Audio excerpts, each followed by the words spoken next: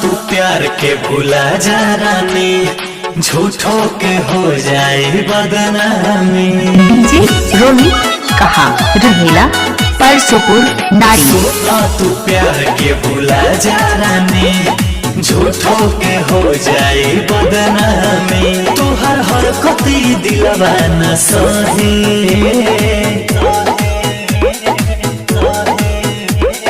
काहे ले लो महाजायर आरे छोड़े के जब रहे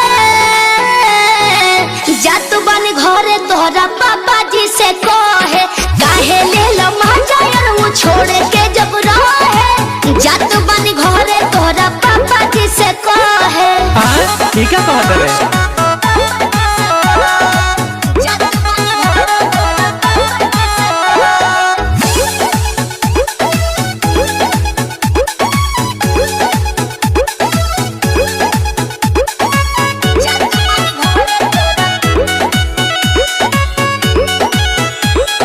डीजे रोहित हाईटेक। प्यार में ना यार अब सवाल करम हो, छोड़े के जब कहबो तो बवाल करम हो। ऐसे कैसे छोड़ देबो हो?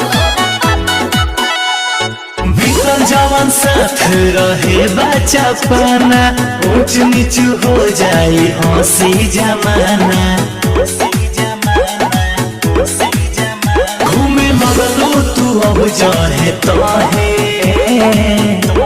अब हम घूमे लगनी तब का काहे ले लो महाजायर आरे छोड़ के जब रहे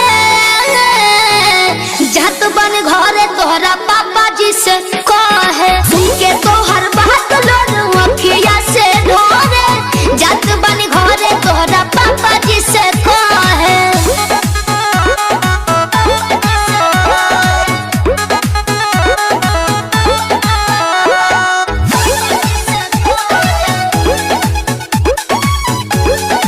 डीजे रोहित इलाहाबाद परसोपुर नारी।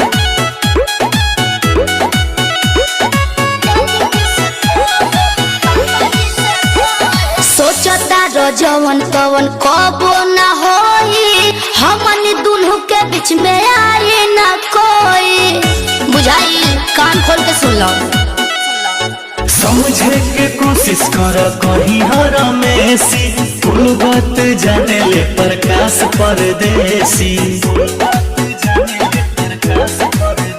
कहे रंजित के माथा लगलू माहे,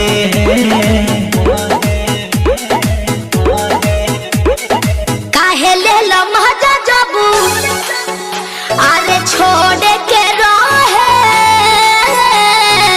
जात बनी घरे तोरा डैडी जी से कहे। सुन के तोहर बात लोर अखिया से ढोरे जात बनी घरे तोहरा पापा जी से कहे। घर से निकलवाइए डीजे रोहित हाईटेक।